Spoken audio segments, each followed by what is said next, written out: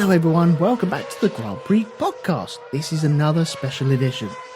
I'm Elton, this is Andy. Hello! And we've got the Le Mans 24-hour race. You know what this is, don't you, Elton? Go on. We've just done a Triple Crown. Woo! In your face, Fernando!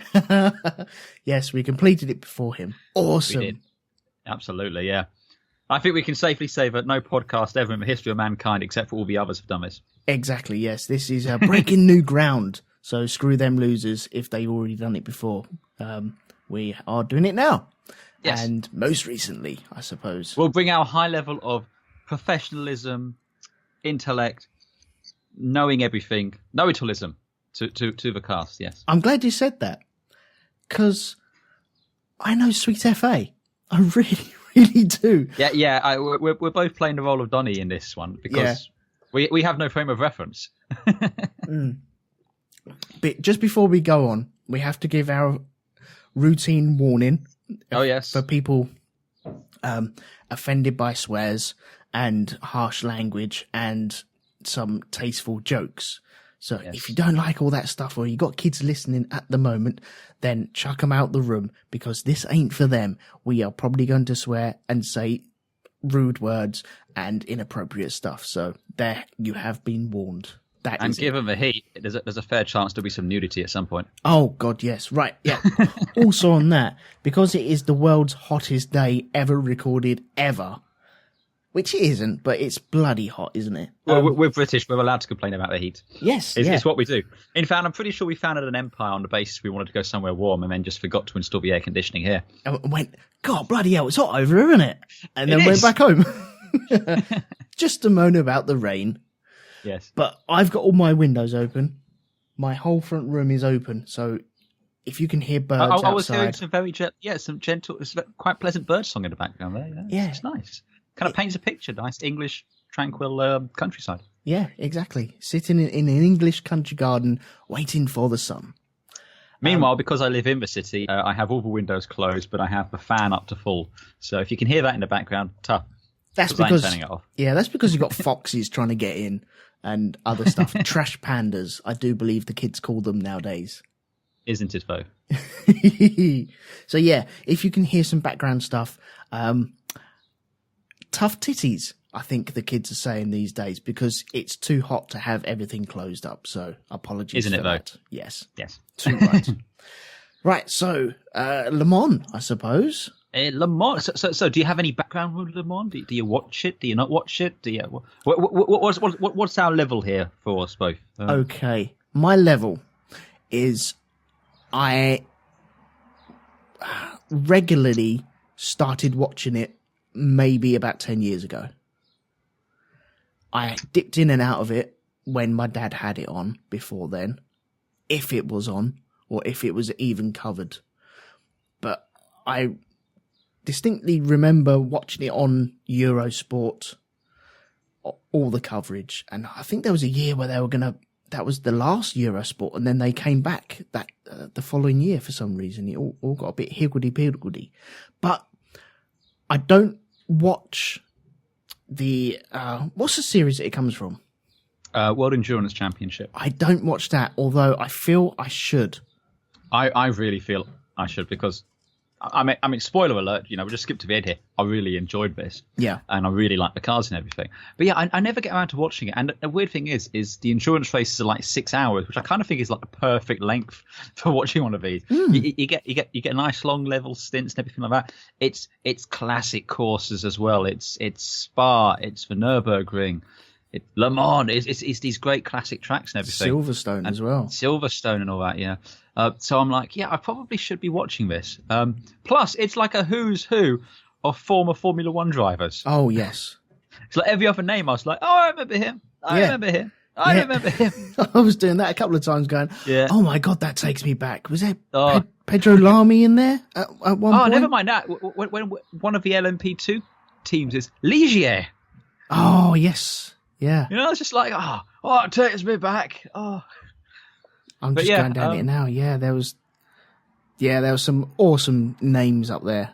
There's a lot of that, which was great. But yeah, I mean, for myself, I think much the same. I kind of started watching it semi-regularly about 10 years ago. Mm-hmm. It was when the Audi film, The Truth in 24, came out, right. Which is a fantastic documentary film. And if anyone hasn't seen it, and if you've never really heard of Le Mans or anything, check out that film, because it's a really good introduction, kind of gives you the basics and everything there, and that was really great.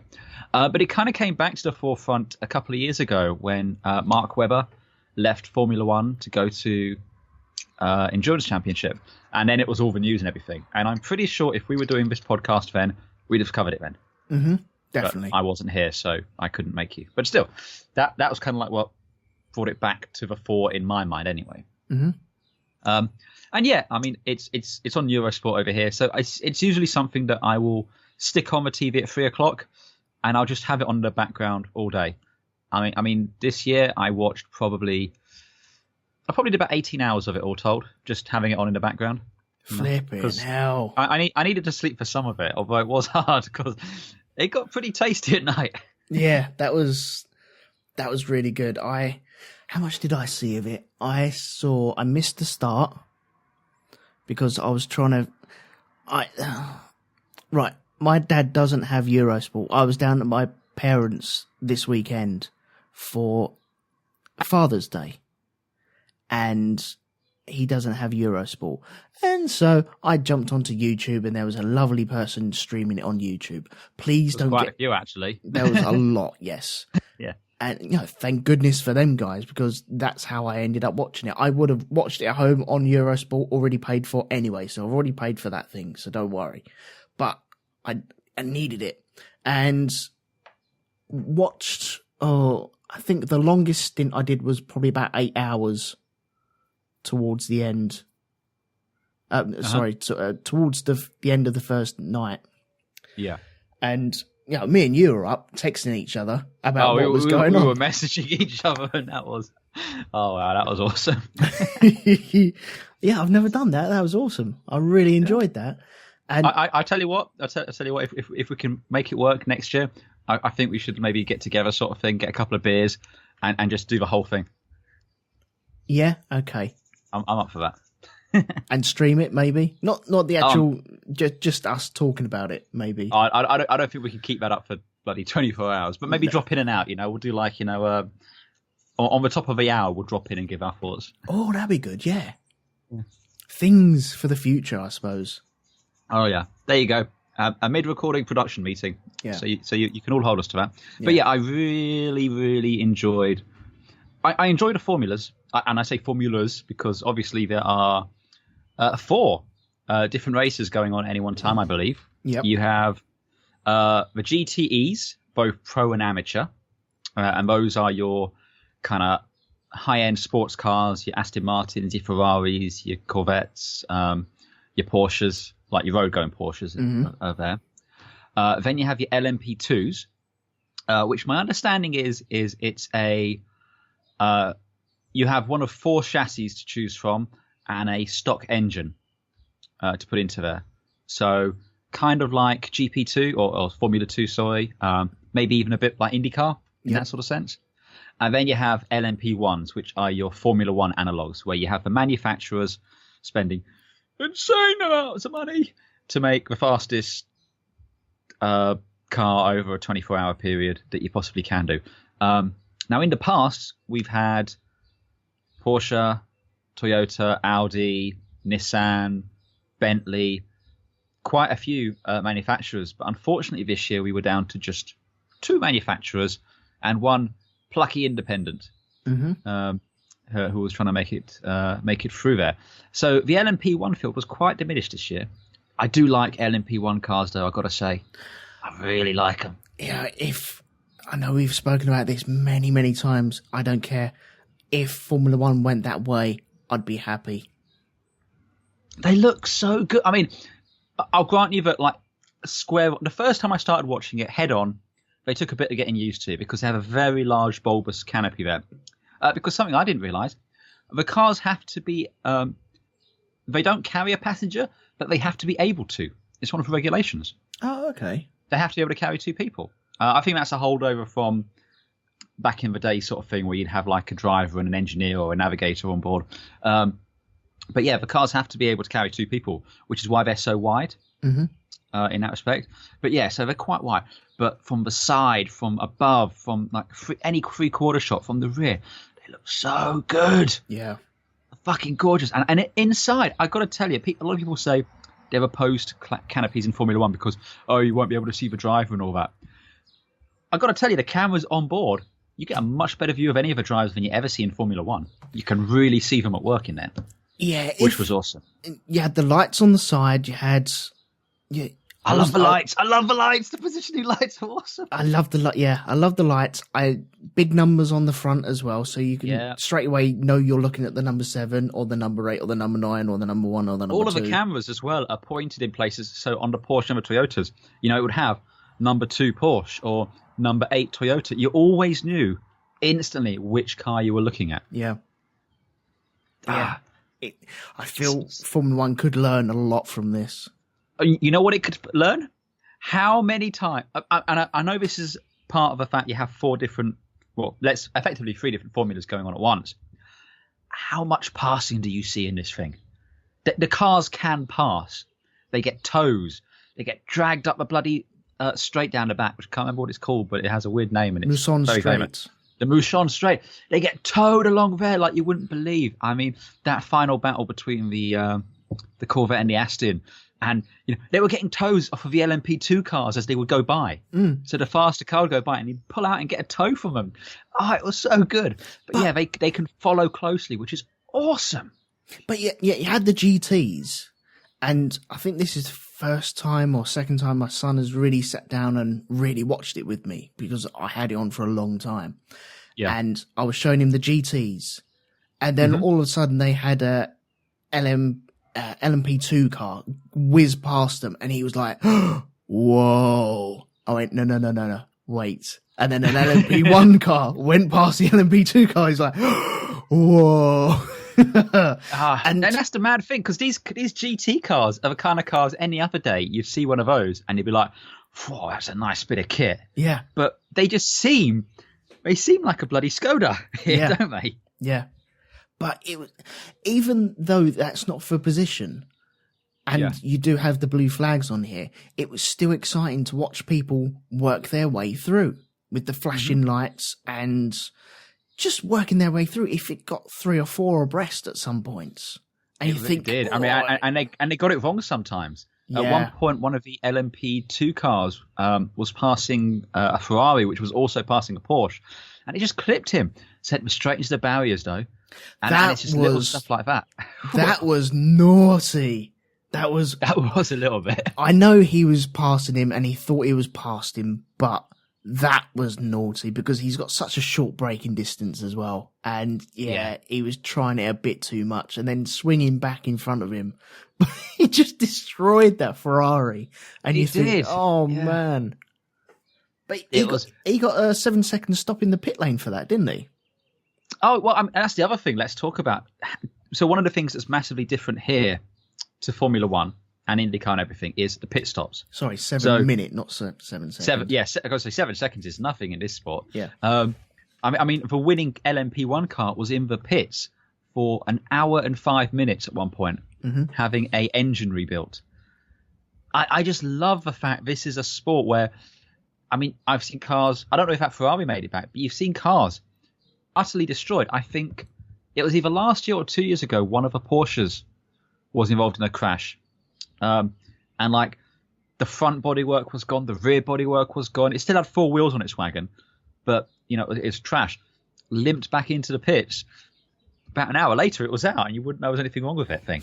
It was just, and I love that. I loved how what would happen is, they come into the pits, and they'd always just fuel it up the first thing, and no one else could touch the car except for cleaning the window while that was going on. Yep. And you also had the guy with the grounding cable, which he clipped onto the rear of the car. Yep. And he'd do all that. And then they'd run around and they'd do all the tyres, which, again, in the same way as you see in IndyCar, it's just 2 people doing all the tyres. So one is on the gun and the other one is lugging the tyres around. And it's great because you can see everything that's going on. You get a sense of what's involved there. And it's still pretty damn quick. It's not the 2 seconds you see in Formula 1, but I've got a chance to take it all in. But then it's up on the jacks. All of a sudden, those little runner boards will go underneath it, and they'd all just turn the car, wheel it back in, and they're just going to just take that thing apart. And it was just awesome seeing that. Mm-hmm. Yeah, I know we said it during the Indy 500, but yeah, I'm kind of an advocate for less people around the car during the pit stop now, because you can, instead of a car disappearing behind bodies, them slightly moving and then the car disappearing out the pits lanes, you can see the work going into there. And if you have one guy lugging a wheel off and then putting that tyre back on, he's responsible for that. So that comes down to that guy there, instead of a group of three and getting it wrong or getting it right. But I like being able to see the work going on. I know they have fuel stops as well in this, and so while the fuel's going in, they're not allowed to do the tyres. And then they can only touch the car for safety reasons, which means cleaning the. They can clean the canopy. Yep. They can do that. They can clean the lights. One of the rules is you have to keep your number and positioning lights clean and visible. Yep. So they get cleaned as well. That's all you can do while it's being fueled. Yeah, but just watching them work on it, really work on it, and there is method in their madness that's happening in front of us, and I thoroughly enjoy it, and I kind of want that. The driver changes as well. How cool are those? Yeah, they can be. The way the door just kind of opens up, and the guy jumps out, and the next guy jumps in, and everything, and yeah, I like all that.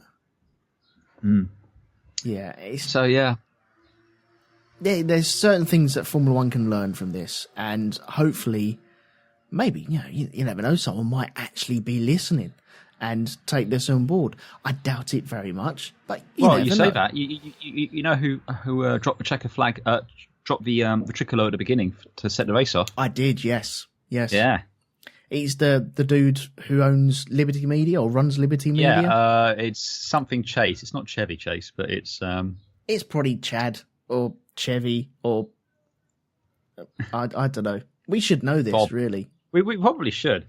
Now, we're advocating them to employ us to do all this media, basically. Yes, so I don't know your name, but you don't do it right. Yes, you there. You know who you are. Hook us up. Yeah. But, yeah, I thoroughly enjoyed everything that goes along with that. And it's Chase Carey, there you go. Okay, fair play. So, I take it you enjoyed this race then? Oh, I loved this race. It was great. Again, it was just on in the back. I mean, firstly, I love the circuit. It has everything there. It's got history. It's got changes in elevation. It's got tight, twisty, intricate corners. It's got awesome chicanes. It's got the mouchons straight down the back, which is amazing. It's just cool. You've got the circuit has got so much character to it, and I love it. It's the complete antithesis of Tilke circuit. You can feel the history seeping out of it, which is fantastic. I love, as I've already mentioned, I love the cars, the look of the cars. I love the fact that you've got the technology there. I mean, it wasn't so apparent this year, but in previous years, whenever the Porsches were coming out of a corner, they accelerate initially purely on the electric motors. So all you hear is that electric motor, and then the V8s or the petrol engines would kick in. Yeah. And that accelerates them down. So I love the different sounds you get coming from the vehicles, which is cool. I love with the GTEs going by. I mean, the Aston Martin sounds like a bloody Spitfire when it goes by you. It's like a Merlin engine just roaring by you. And I love that. I love the different engines you've got there. I like the fact there was 60 cars started this race. 60 cars across all formulas. So again, there's always something going on there. I love that the race director is an eminently sensible chap, generally only deployed the safety car when it absolutely had to. Most of the time he used slow zones, which I think are a fucking genius idea. I'd love to see them in Formula One as well, I think. But, slow zones. So you've got a portion of a racetrack where you're limited to, I think it was 50 kilometers an hour. Yep. And then once you're out of there, you could just go racing and everything. And that was great. I also love listening to because he could radio I don't know if you could radio over cars or just for teams, but you'd occasionally get him coming on the radio thing. And there was when one in particular individual decided to strew gravel all over the race circuit, you just heard him come over again. Would the team tell their driver to stop spewing gravel over my racetrack? I loved that. I loved that he got involved. And he called certain drivers. He spoke to the team manager, get his driver to report to my office, please, because he's been quite a naughty boy. Yeah, man. I love all that. That was all. That was great. I love the fact that I love the drivers here as well. But you got so many from Formula One and other disciplines there. But because it's 3 drivers per team effectively, and there's so many more familiar names there. Sebastian Buemi's there, John-Eric Verne. We didn't have Webber because he was a thing. You had retired, isn't he? Bruno Senna retired 1 year too early, it would seem, but we'll get to that in a bit. Bruno Senna was there. Bruno Senna was teamed up with Nicholas Prost. He was, yeah, again, which is just fascinating. Alex Brundle was there, Martin Brundle's kid. Nelson Piquet Jr. was there. Oh, we'll have some words about him. He was disqualified, Was he? The team has been disqualified, yeah. So their car had a starter motor problem. Yeah. And the only way they could get it working was a very technical process where they had to take off a ready bodywork and hit it with a hammer. Yes, I remember them taking the back panel off of that. So basically, they figured out that, what's a lot quicker? If we just cut a hole in the bodywork and we could just hit it with a hammer doing that. So they cut a hole in the bodywork and it had a bit of wood and they'd hit it with a hammer and it would start. But apparently that was an illegal modification to the holograted bodywork because, again, there are 4 approved chassis and aero kits and everything like this. Mm-hmm. And because it wasn't crash damage, it was a modification maybe of a team. They were disqualified. Which is a shame because they finished 3rd overall. But yeah, on Nelson Piquet Jr. I still kind of have problems with Nelson Piquet Jr. though. He's tainted, isn't he? He is tainted. He's very, very tainted, both from his actions in the Singapore Grand Prix, as in crashing deliberately, and then just how he carried himself afterwards. Mm-hmm. So yeah, I am not a Nelson Piquet fan. No. But I think you had half a field from Formula E was here. Yeah, I was wondering whether they'd taken a week off from that or not. But yeah, it looks like you said, John-Eric Verne was there. He's Sebastian Buemi. Buemi's there. Prost, Piquet Jr.'s Formula E. Yeah, pull your mic out, plug it in. Okay. Who else? Did you mention Rubens Barrichello as well? Because he's around there. There was some IndyCar guys as well. We had Mike Conway, Mike Conway, I didn't mention him last week or the week before in the Indy 500, but he had a huge crash in the Indy 500 years. I wouldn't like to say how many years ago, but it was a fair few years ago. Uh-huh. And he had to spend the rest of the year in rehab, just getting back on his feet. Yeah. He's managed by Mark Blundell. Is he? Yeah. Didn't know that. Yeah. He was in Toyota, well, wasn't he? Yeah, he had Anthony Davidson was in the Toyota team as well. Oh, yeah. Kamui Kobayashi? Yep. Yeah, I'm just going through these names at the moment. I swear I heard some old names. Yeah, Jan Lammers, who's teamed up with Rubens Barrichello. Who else? Who else do I recognise? Ding, ding, ding. Jan Magnussen as well. He was driving a Corvette, which was awesome. That Corvette looked fucking amazing, man. Will Stevens? Yep, recognise that name. Mm-hmm. I thought I saw Perry McCarthy then.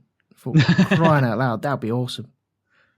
Yeah, that'd do it for now. But yeah, there's a great mix of drivers out there, a great mix of cars and teams and everything like that. I mean, it's a shame Audi have gone, and we don't have the level of manufacturing input, but doesn't really need it, to be perfectly honest. Again, the racing was just fantastic, even without the top tier team there. Yeah. Or rather, what happened? I mean, this. So we should mention, as we've already mentioned, it's a bit warm right now here in the UK.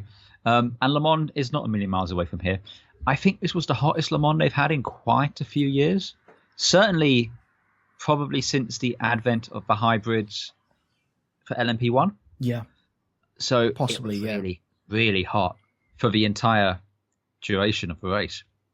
And I don't think we've ever seen anything quite like this. Of the 6 LMP1 starters, only 2 finished the race.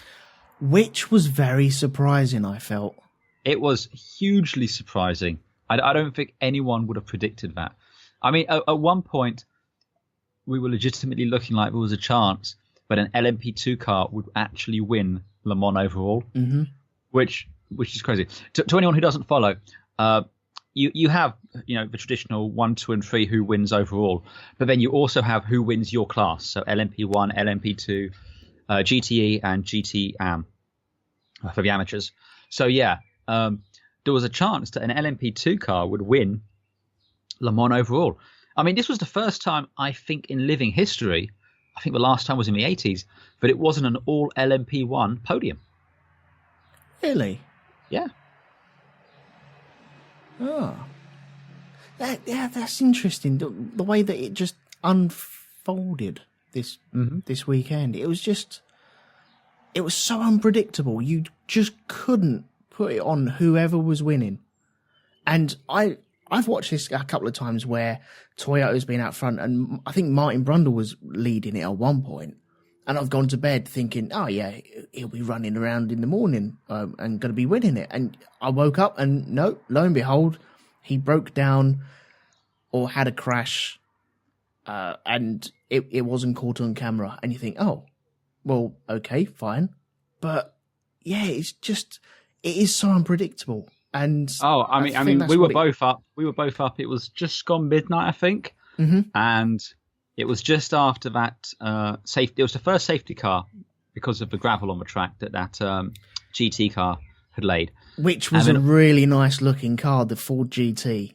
I really like that because you got the different coloured lights on that cross member that they have. Yeah, on the A-pillar. Yeah, all of the cars look fucking good.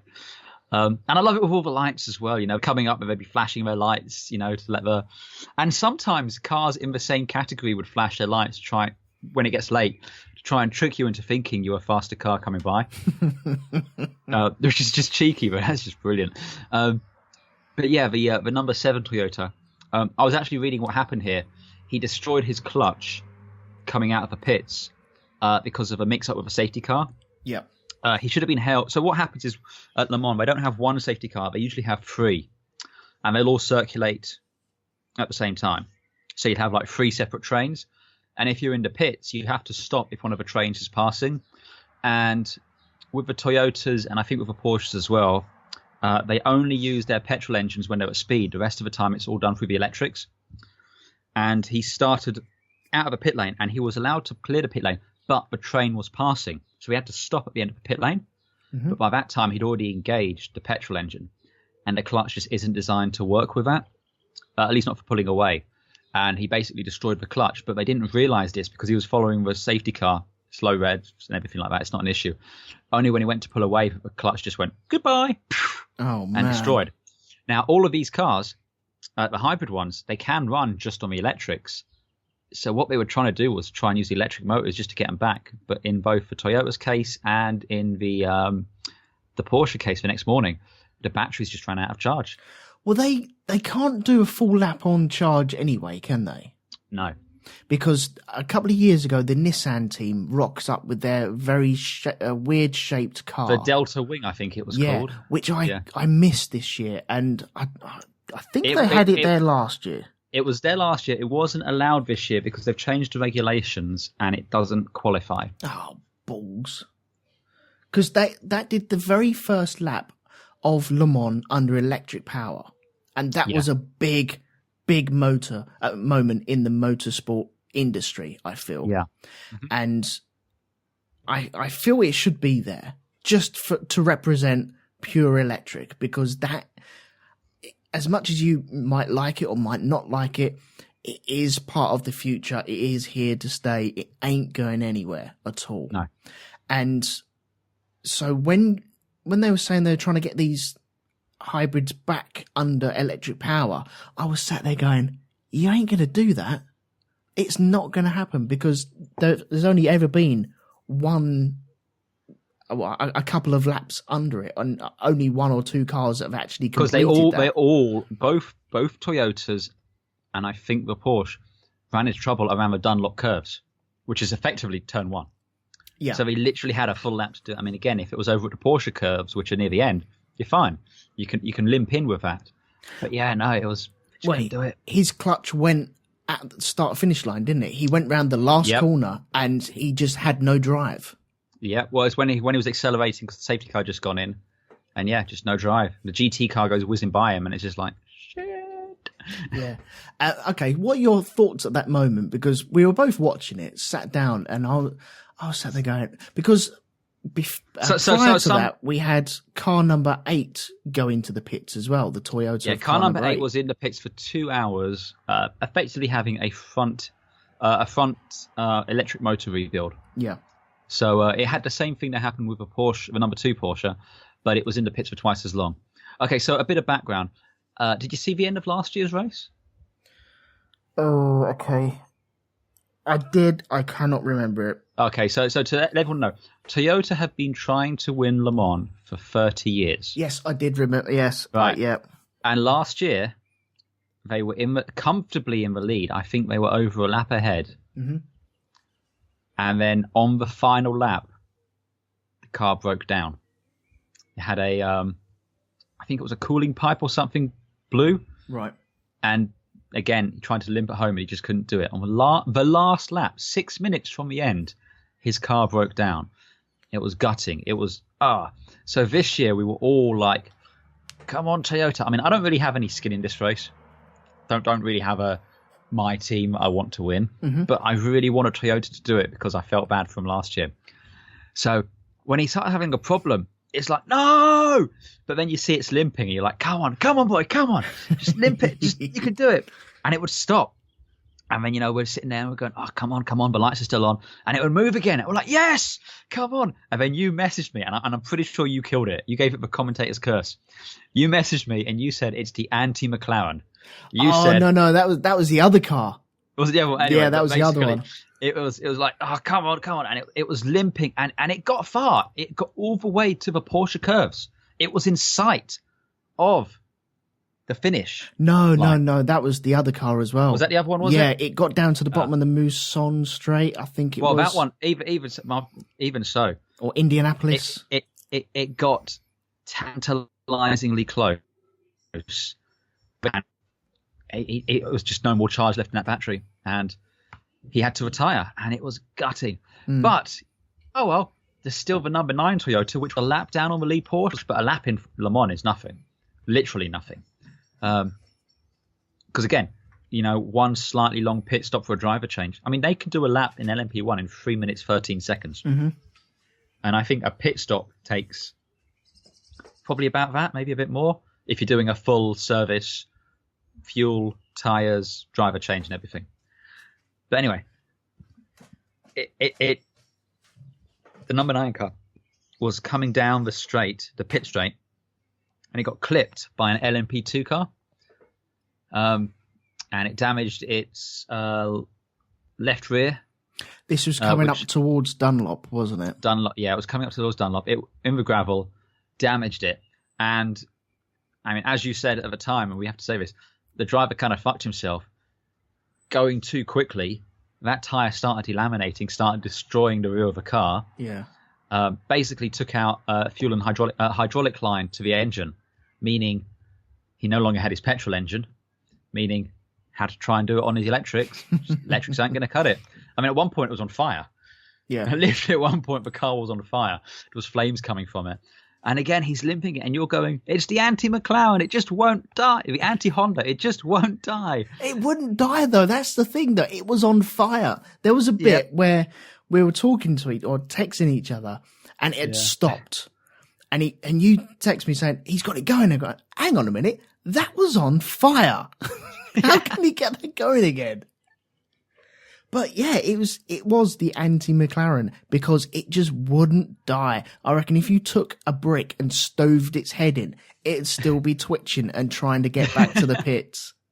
And it was trying, but again, this was the one that died in sight of the pit lane. Yeah, it was in sight of it, and it just couldn't finish it, and it was just like. It was gutting, and the worst bit was they went into the crew. There was like the cameras in the pit lane, and when he got it started again, these despondent faces suddenly lit up like there was hope, and they ran out to get ready to receive it, and then it just couldn't make it, and they were all devastated, all of them, gutted. I was gutted. It was just like no. Yeah. It was tragic. It was it was hard. I mean that was like. I basically stayed up until they brought down the shutters on the garage because that's the symbolic sign that you're retired. Yeah.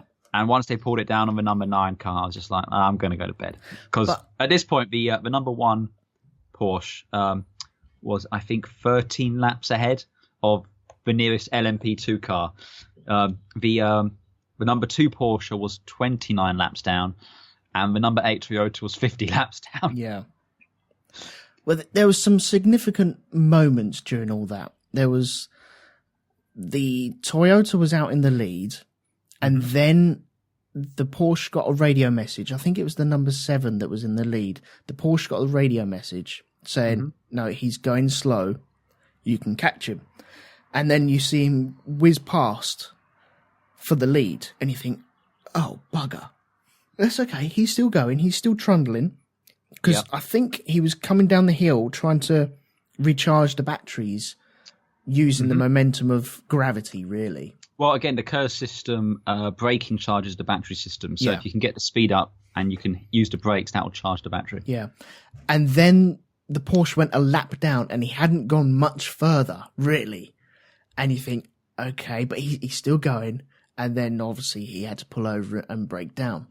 The second Toyota... Really, I still feel he balls it up himself. Yes, you get a puncture, you get tapped. You can still make it back to the pits. It's worth taking your time. Yep. To finish first you have to finish.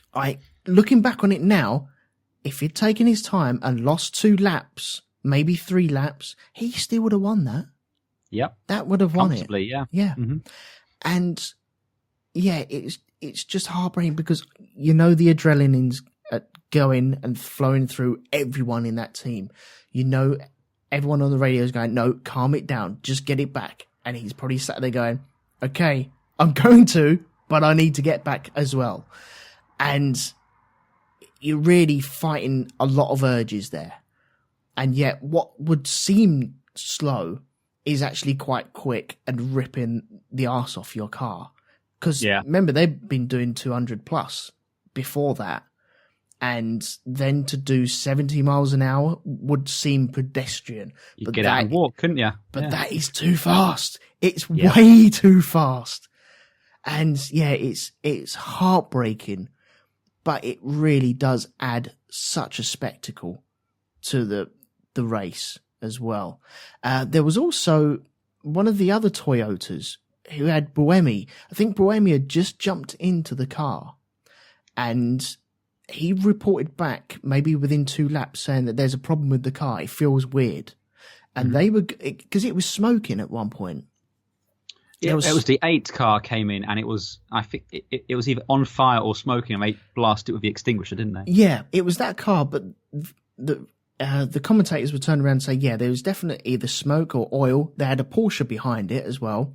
And he was saying, I'm getting stuff on my visor. It seems like oil. And so we thought, okay, the Toyota's dead now, isn't it? Or at least it got to come in. And it didn't come in. And the team told him to stay out. And he stayed out for a number of laps. And then it got to the point where he said, do you know what? This ain't right, because they're checking it on the telemetry and everything seems hunky-dory. So why not? Why lose a position? Yeah. To pull it in for that. And really they're thinking of the long game, where really they should be thinking of, okay, really, let's address this. There's something clearly wrong.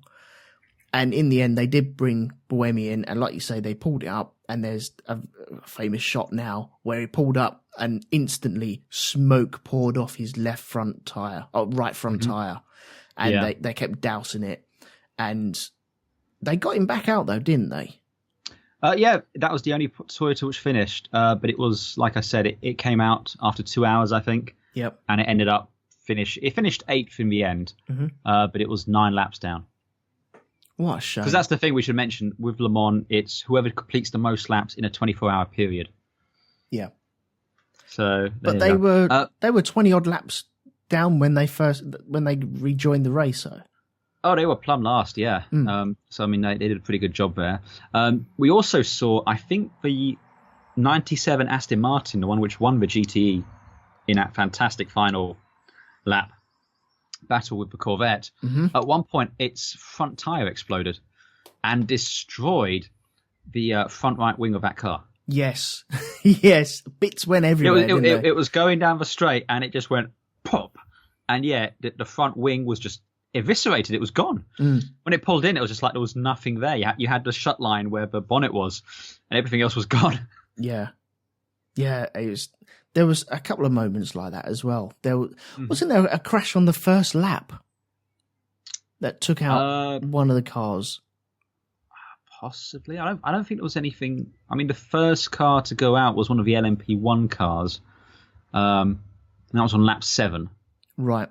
But I don't know if that was in a collision earlier, and that's just when they decided to announce the retirement. But right. Yeah. But yeah, I mean, we had a couple of instances. Again, usually it was just clumsy overtaking because the faster car has the responsibility for the overtake. Which I like.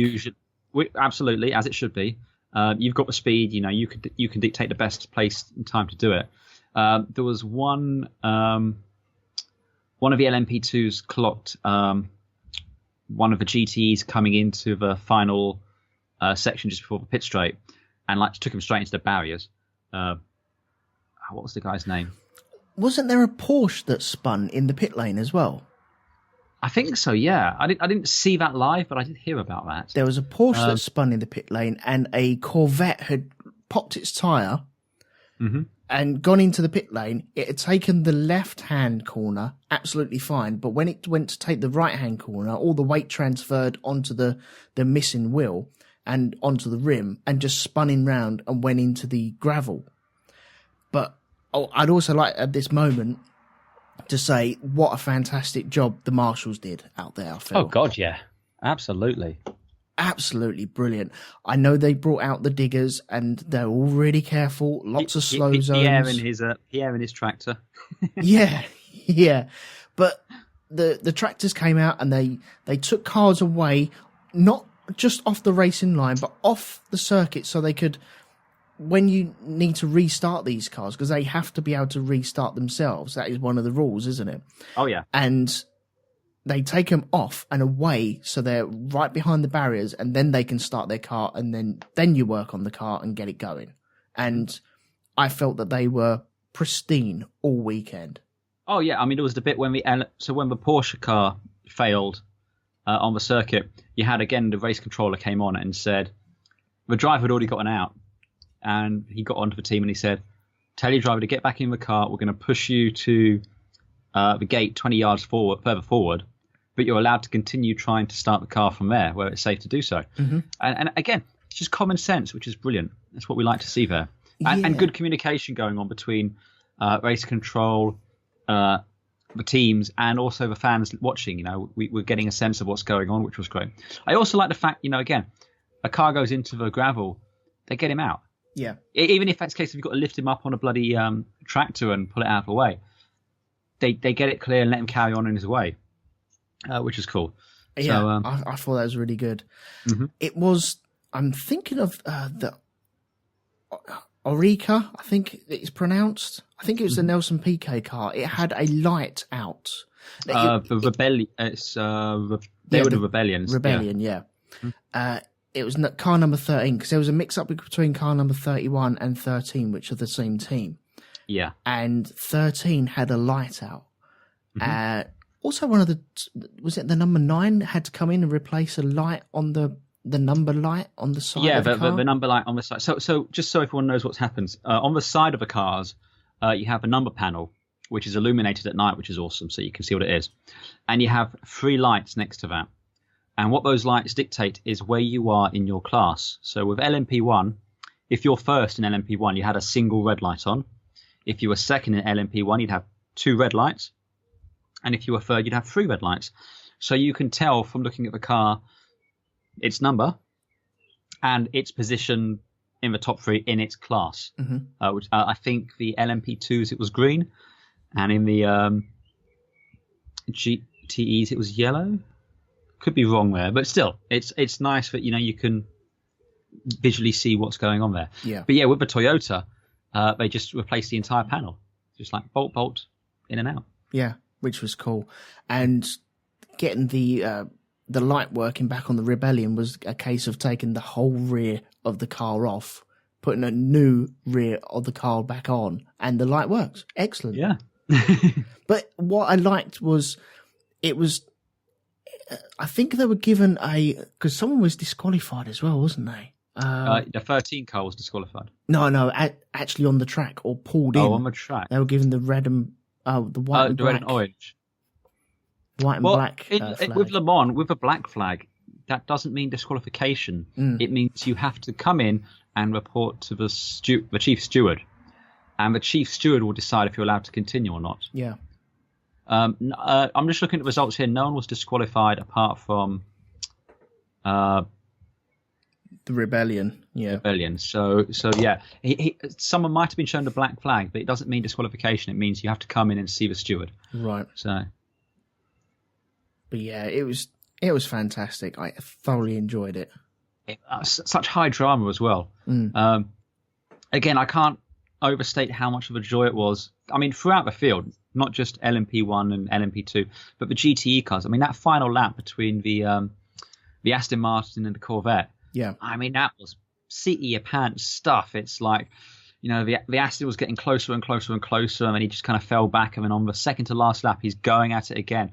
Forces an error, manages to get by and forces the Corvette off, and then he's got a puncture, and it's just like, I was like punching the air. It's like, come on, son, And again, I have no skin in the game. Don't know drivers from Toffee or anything like that. But it was just great racing, which was cool. It was great. Again, like I said, you'd get an LMP2 car would come by, and the Aston would be cheeky, and he'd pull out and get a bit of a tow down the straight. And it's great seeing cars were able to do this. They were able to follow closely. I mean, and how close were they following? There were some bits where they were like, it was like watching a white van man behind a bloody family sedan. They were that close going along there, bloody 200 miles an hour sort of thing. And then they just pull out and just get by them. And it's just like, I can't remember the last time I saw a Formula One car get a tow. Yeah. Legitimately can't remember. It's, I mean, and that's kind of a damning indictment of the aero in Formula One today, I think. The fact that you can't do that anymore. Yeah. And they can't keep harking on about how difficult it is. It's just like, I just watched 60 cars do it. So. yeah, exactly. Yeah. Do you remember the story of the very first Porsche? Because the Porsche that won, there's a story behind that as well, isn't there? Because we know that it came in quite early on and lost a lot of time and was pretty much plumb last. It was literally plumb last, yeah. And when did it take over the lead?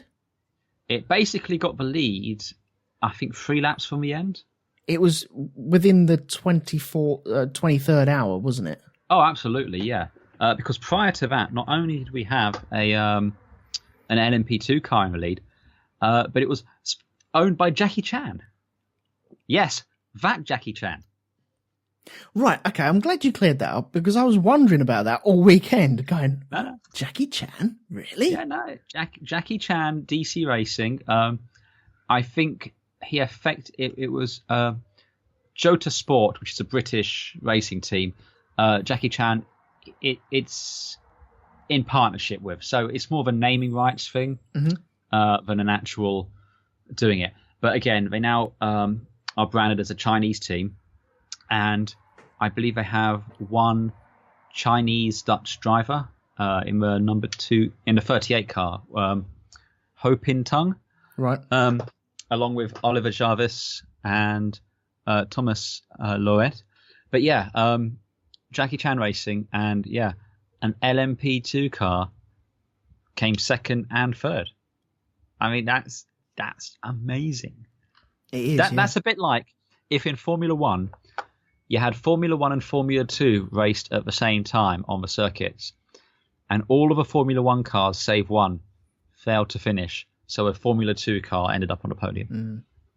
And the Le Mans, the LMP1 cars, I think they were. Hang about. So the top qualifying time for an LMP1 car was the Toyota, which was a 3:14. The top LMP2 time was a 3:25. So 10 seconds difference in your lap times there. Yeah. Which over 24 hours, 367 laps the lead car completed. I mean, that's a lot of laps. And this is a big circuit. It's I want to say 12 miles long. I'd like to know. Hang on a second. I'm looking through it. I can't see anything. It is 13.6 kilometers or 8.4 miles. Yeah, got it. Yep. So yeah, that's a long old circuit. I flipping love this circuit. I've got Gran Turismo, and it's one of the first ones that I jump on when I'm playing that. Oh man, it's awesome. I mean, I know MotoGP race here on the short circuit, but I'd love to see a Formula One race here. You know what I'd love to see, actually, having watched this, and I know it's completely infeasible and couldn't happen, but I would love to see a race structured in such a way that every team had anyone was possible, where you could have a Formula One, LMP1, and IndyCar could all take part in the same race, and parts of the circuit would play to each of the strengths of each of them. Mm-hmm. I mean, the LMP1 cars, I mean, they had a total of 10 tyre changes over the entire race, so they can go a long way on a set of tyres. Yeah. And again, on fuel and everything, they got the hybrid system, so they can go a long way before they need to pit or do anything like that.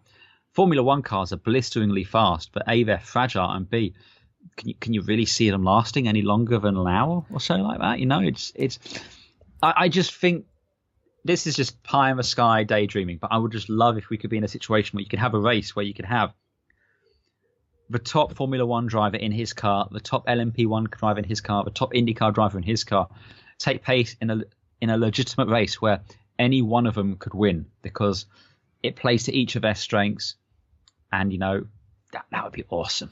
It'll be good to see a flying lap of each car, just to pitch how they are. Well, your best place for that is probably Spa, at least for Formula One and LMP1. Yeah. And if you go onto YouTube, you can find some videos of this. But yeah, I saw a video of cars going through En Rouge, and basically they'd go in at the same time, but their Formula One car was leaving like 2 car lengths ahead over the space of that corner. They just got so much insane downforce there. But that's cool. But I mean, the LMP1 cars are the most technologically advanced race cars in the world at the minute, even more so perhaps than the Formula E's. Just the amount of stuff, because with the hybrid systems, and I mean, and that was largely to their detriment this week. I mean, one of the reasons the attrition rate was so bad was the heat, you know, because it was hot. Well, I'm glad you said that, because I was going to ask, are these cars more relevant to today's road cars than the Formula One cars were in the 90s? Because you know, you got active suspension from Formula One, and that transmitted onto cars today.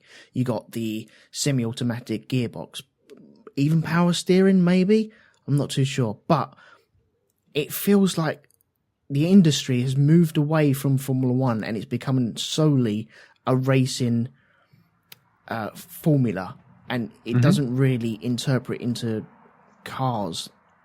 But this seems to do that more so. Well, certainly with the GTE cars, I mean, that's obvious, because these cars are just, I mean, they're not just road cars as such, but they are hologramated based on the road cars there. But yeah, I think LMP1 is more relevant to road going cars because a lot of it's to do with endurance, getting the longest distances out of stuff. It's reliability.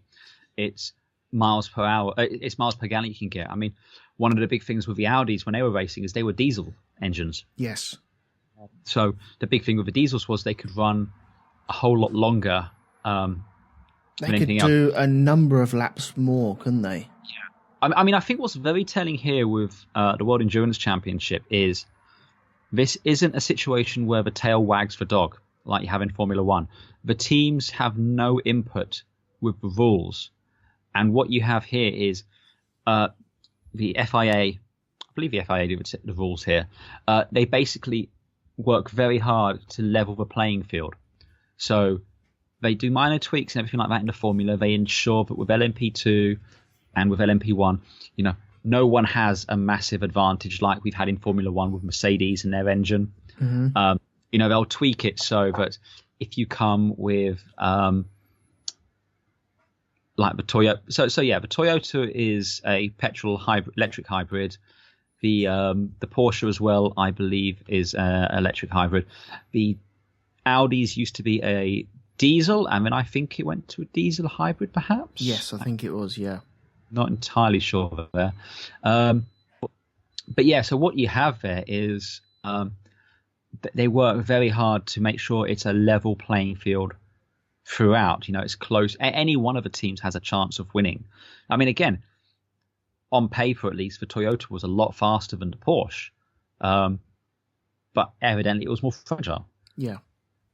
And again, so it enables that close racing, and it's not a situation where you have to get all the teams to agree every single tiny rule change here.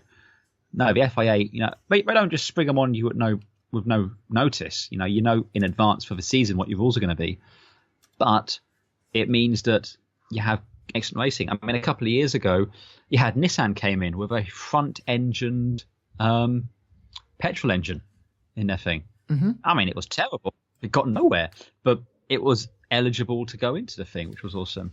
But they got to try these sort of things as well. Surely. Absolutely, and that's the thing. Innovation, leads to results and so forth. I mean, Porsche, they won on their second year in, I think, because they went away for a while. They left in the, I want to say, the late 80s, and they came back to much fanfare, and they didn't win the first year, but they won the second year. Yeah. So, yeah, and that's great. And again, Toyota, I mean, for all intents and purposes, they won last year, except for they didn't finish, which was gutting. But, still, they were the faster car. They were so tantalizingly close. And I desperately hope they stay. I mean, I really would like to see another LMP1 team. In fact, so I've got my tinfoil hat here, Elton. Go on. I'll put it on. All right. So, Formula E? Yes. Do you know who makes the engines for Formula E? Renault, isn't it? No. I thought it was a Renault's. No. Okay, who? McLaren. Do they? Do. The Formula E cars, the engines are made by McLaren. So you know what I'd like to see? I can see where you're going with this, yeah. I would like to see an electric McLaren LMP1 car. Fully electric. Fully electric. With a combustion engine just trickle charging the batteries? Maybe it's a hybrid in the sense that, yeah, you have an engine in there to charge the batteries throughout, but no, I don't want the drive system connected at all. Yeah, because that's the most efficient way of using a hybrid system, isn't it? Yeah. I mean, with Formula E, the electric motors are made by McLaren. The batteries are made by Williams. Right. I mean, you're right in so much as Renault kind of put the entire package together, but yeah. Okay. But yeah, I would love to see. I'd love to see McLaren in Le Mans with, their own engine. They got no one to blame then if his shit don't work. Yeah. Oh man, I really like the look of these cars. They're so big. They're so good, aren't they? I love how the doors open up as well. It's kind of like little gull wing doors almost, butterfly doors. Sorry. And yeah, I love the camera angles as well. You have the forward camera sort of thing where you just get a hint of a wheel arch there, and you've got the one looking back at the driver, and you can properly see them at work in there. I love how the fact you've got, when they get in, they got the drinks bottle connects in and all these wires and everything there, and they're off. It used to be on the Audis, they had this, I think it was a drinks tube, but I think it also provided them air and a microphone. But it looked like, in Star Wars, the TIE fighters, like they had the oxygen hoses going. Yeah. which was cool. I really do. I mean, I love, you look at these, the cars from above, and, like they've got the cutouts for the wheels over the fairings. On the Porsches, the wing mirrors are set in the wheel arches, but with Perspex covers over them. Right. Which is cool. Incidentally, here's an interesting thing I heard on the commentary, right? So when they finished the race, the cars, and I don't know if this is only the winners or what, but typically they'll go off and do show events like Glorious Goodwood, stuff like that, but they usually end up in museums. But they don't clean the cars because the dirt they finish is kind of like, it's a badge of honor. So what they do is they coat them all with resin to preserve the dirt, preserve the Le Mans dirt. Right, okay, so they get like a patina. Yeah, which I think is awesome. I love that. That's cool. I like the idea of that, yeah. Yeah. Because, I mean, the winning Porsche will be at Goodwood. I think with Toyota as well, in a couple of weeks.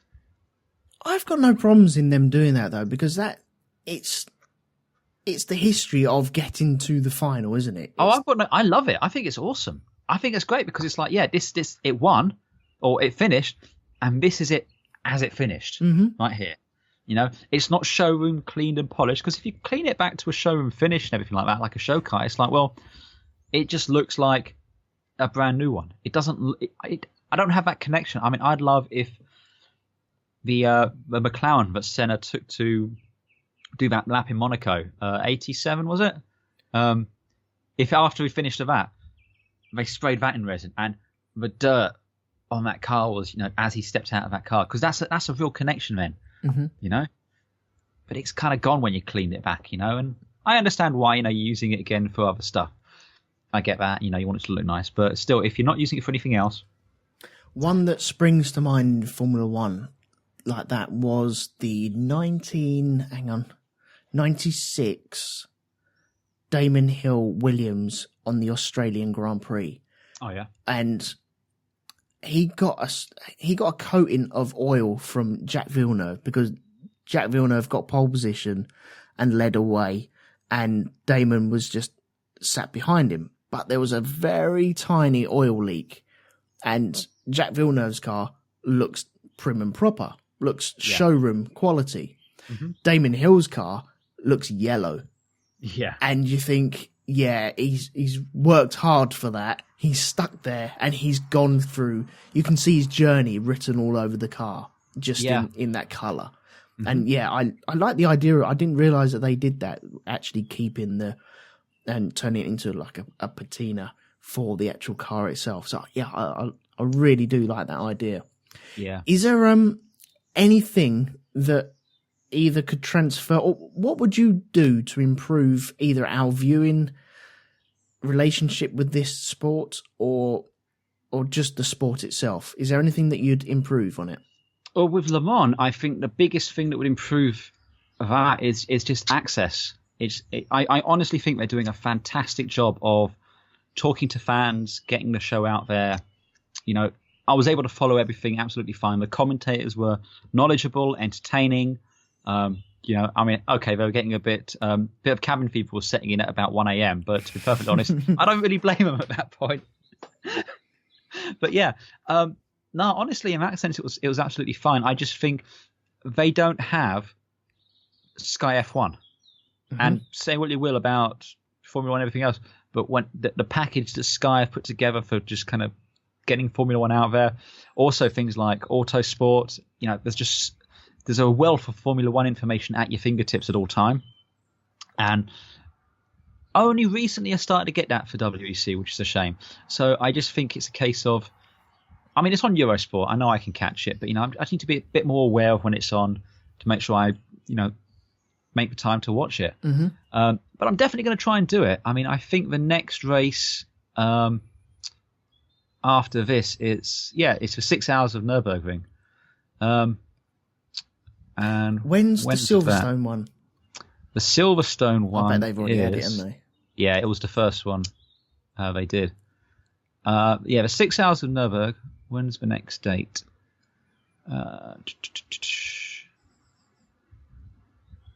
You see, this is the problem. I'm here just trying to look it up, and I can't find that information quickly. Yeah, it should be to fingers, really, shouldn't it? Not from your point of view, but from their point of view, actually trying to find this sort of information, i.e., get tickets.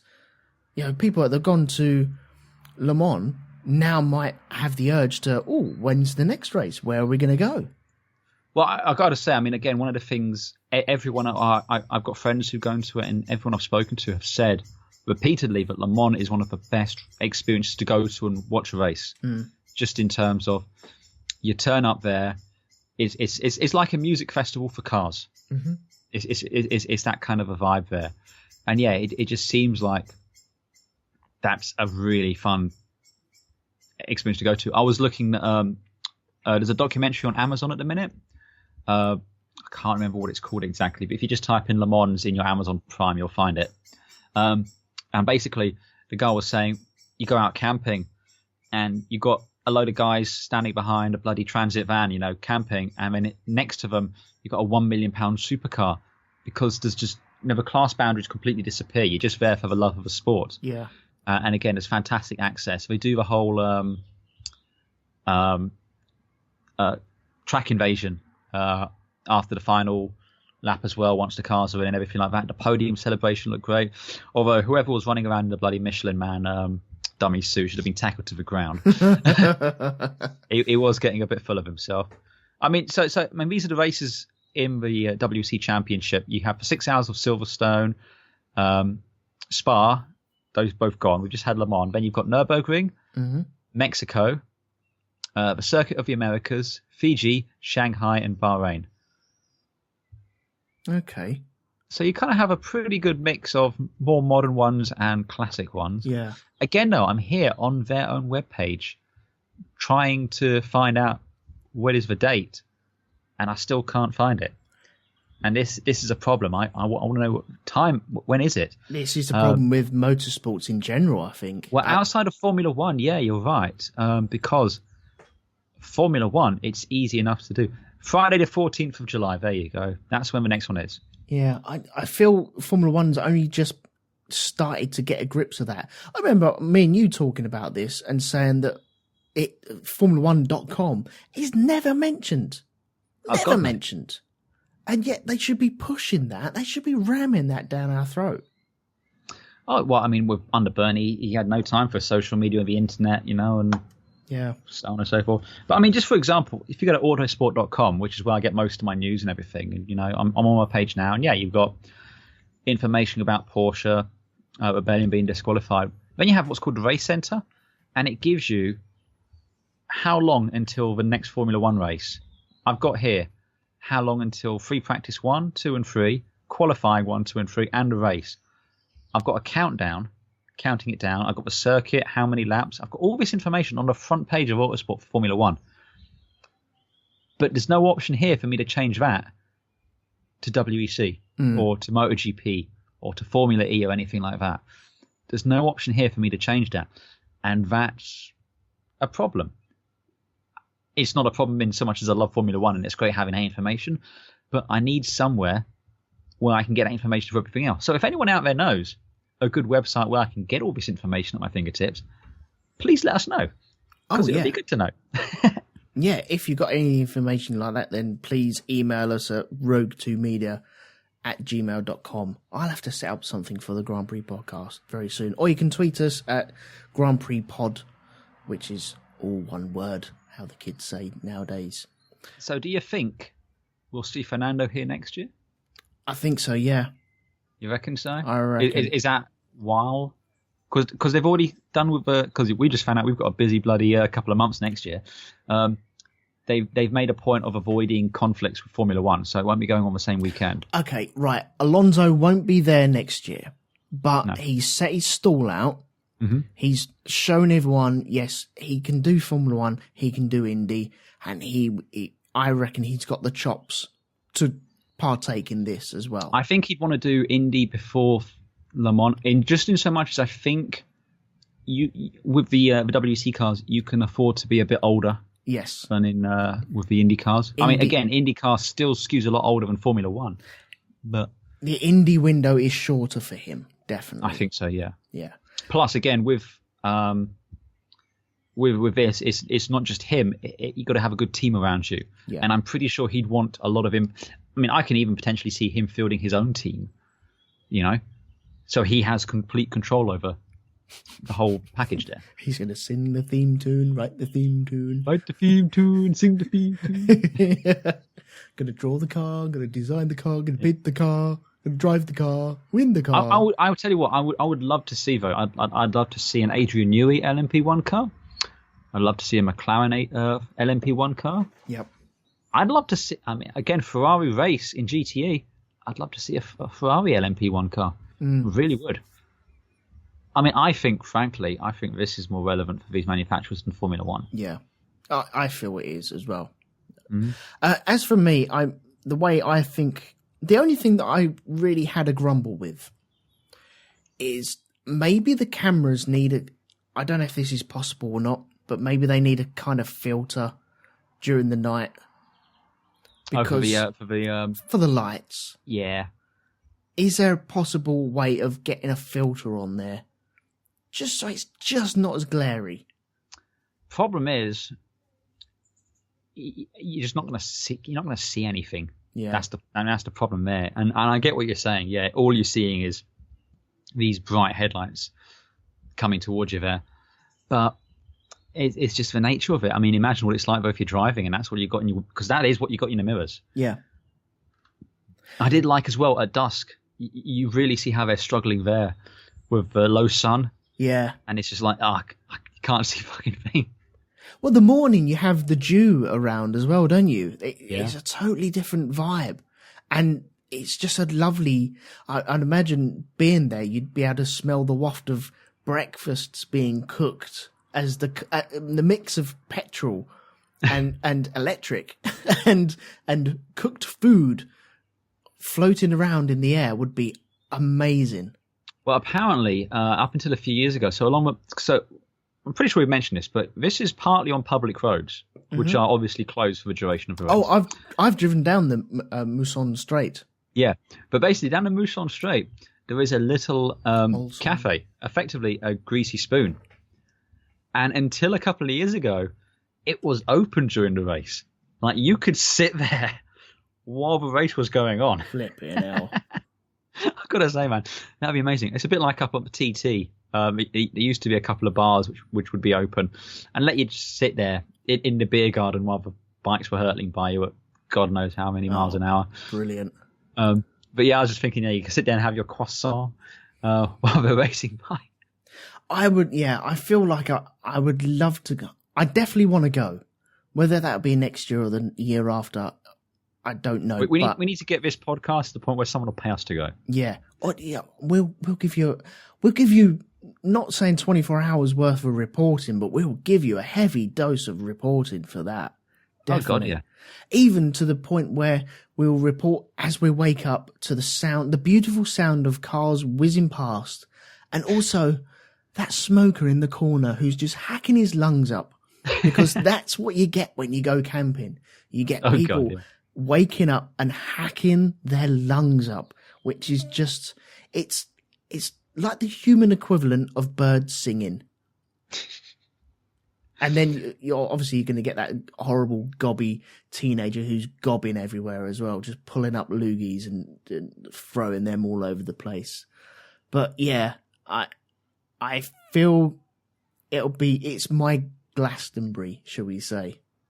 Oh, absolutely. I think this is definitely, I mean, I've got to be straight up. I think I'd rather attend this than any of the current Formula One races. And I love me some Formula One, but in terms of an experience I want to go to, yeah, I think Le Mans is where I'd want to go to. I think I'd get more bang for my buck. You're getting your money's worth, definitely. Absolutely. Hell, it's I mean, not just the race itself over 24 hours, but you've also got 3 days of qualifying, is it, or whatever, or practice and everything, and a lot of access, a lot of pit lane access as well. Yeah. I mean, I'm sure that's going to get a lot better in Formula One now of Liberty Media than it was, but the WEC. I mean, I think one of the reasons you had the head of LMP, head of Liberty Media there, was to learn, and I think they're looking at things like WEC to see what they're doing well and what can they learn from and what can they take over into Formula One, which is great. That's what they should be doing.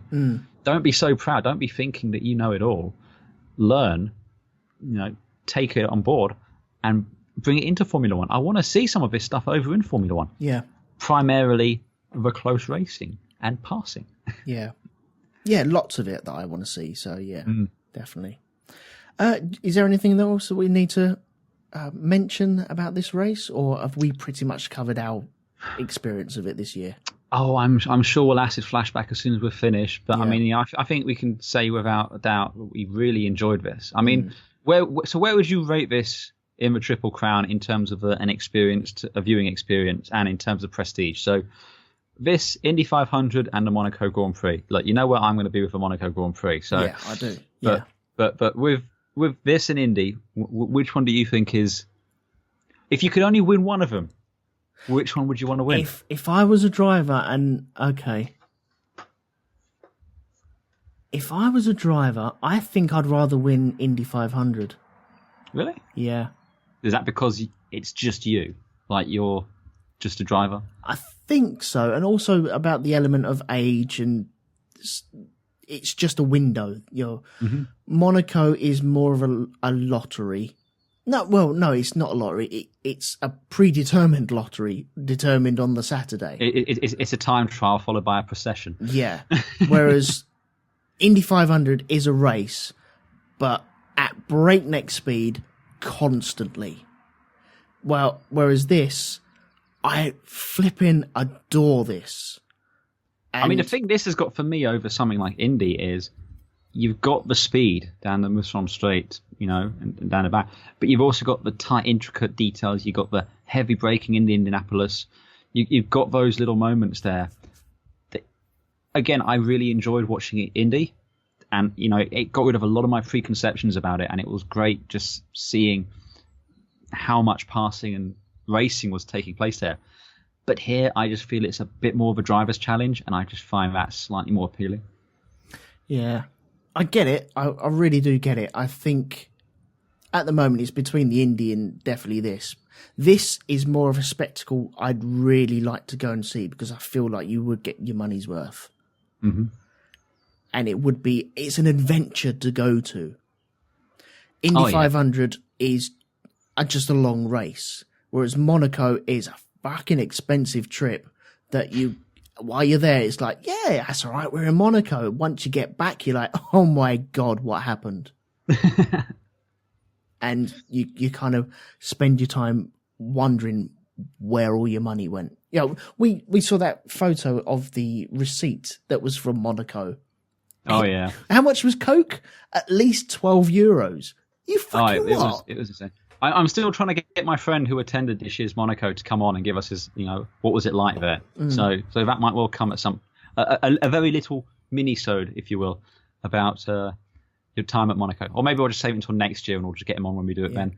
I imagine he's still probably buried in the bosoms of some young lady with Coke and hookers all around him. It's that, or he's heard our Monaco one and he's just avoiding me. Yeah, most probably. Both are equally possible. Yeah. Okay. So yeah, I mean, all in all, I mean, for me, Le Mans is certainly the cathedral I'd want to attend. And yeah, I mean, I loved everything about this. I mean, the only thing I would like is I'd like some more LMP1 cars in there, just so there was a bit more of a more competition. More competition. Just so you can't just have the entire field taken out basically in the space of an hour. Yeah. Well, that's the only problem that was running here, because you had the LMP1s, and if you had one steam off, There was no way that the LMP2s, or you had no competition there to take up that mantle. So once a couple of cars had dropped out, there was no one else left really to take that on. No. But yeah, it's highly recommend you guys give it a go, give it a watch. It's one of those things where, you know, we all love Formula One. We do. Even with all its warts and everything, we still love it. But you watch this and you're like, what the fuck are they talking about when they say you can't make a car to overtake or to pass or to follow? It's just like, just watch 60 cars do it. Yeah, this is what you could have won. Yeah. And those cars, I know we've said it before, but those cars are fucking gorgeous. Yeah, definitely. Cool. Right, I think we'll end it there for this special. Good plan. That's I like it. that. The Yeah. Triple Crown is now done. It's done. I don't think there's going to be any more specials, any more races that really kind of come to mind. So no, we're going to be pretty much Formula One straight through to the end. So thank you to everyone who's indulged us in the Triple Crown that we've done this time round. So yes, very pleased about that. Andy, is there anything that you'd like to plug before we leave these lovely people? Well, yes, you can find me also on Space Dock Jury, which is at spacedockjury.com, and on iTunes and the internet and places like that, where this week you can hear me berate a man of the cloth about Lego Spaceship. And at some point in the not too distant future, we'll be returning to the Band of Brothers podcast. Yes. Where we are back, I think we're about midway point now. We're episode 5, it'll be Crossroads. Yeah. Which I watched over the weekend and it's very good. So. Good man. Okay. I'm going to plug the Black Dog Podcast, as I always do, which can be found at blackdogpodcast.com. It's a film review show, so if you like your movies, pop along there, give it a listen. There's loads and loads of episodes there, so just pick a favourite film of yourself and listen to it and see how you go. Also, the Shonky Lab is coming back this Thursday. We are talking about driving, but I'm assuming there's going to be other topics in there as well. That is going to be recorded live, so you can join in, you can listen live on the Mixler, which is all now up and working. And if you want it for this show, let us know. I don't mind. It's just as easy for me to have it on as to not have it on now, so it's good.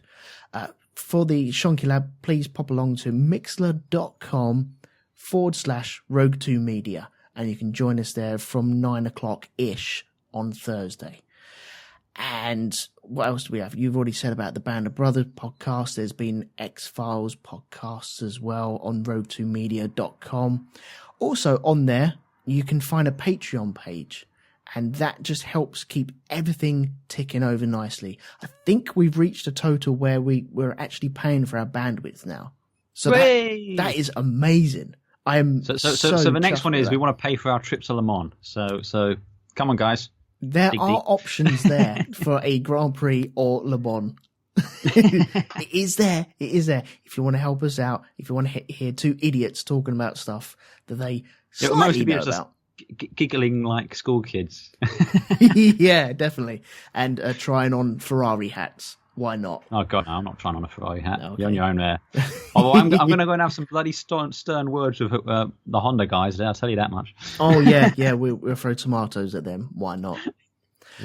So please pop along to RogueTwoMedia.com and you can find the Patreon page there. That's helping us out. I've dropped a little bit of money to get the Mixler up and running, so anything will help at all. If you can't afford that, that is fine. You have no obligation to help us out whatsoever. All I would say is keep listening or retweet when I put stuff out on Grand Prix Pod on Twitter or the Facebook group. You can join there, which is facebook.com/groups/Grand Prix Podcast. Or you can pop along to iTunes and give us a review. Help us out that way. Every little review and rating and subscription helps. If you've got friends that like Formula One or the IndyCar or the Le Mans, please send them this way if you feel like it. You know, no one's under any obligation whatsoever, but any help would be great. So that is all my pimping I'm going to be doing for now. Anyway, so when are we back? We're back for Baku this weekend, aren't we? Oh, God. Fuck's sake. All the excitement has now gone out of the room, ladies and gentlemen. It's all gone.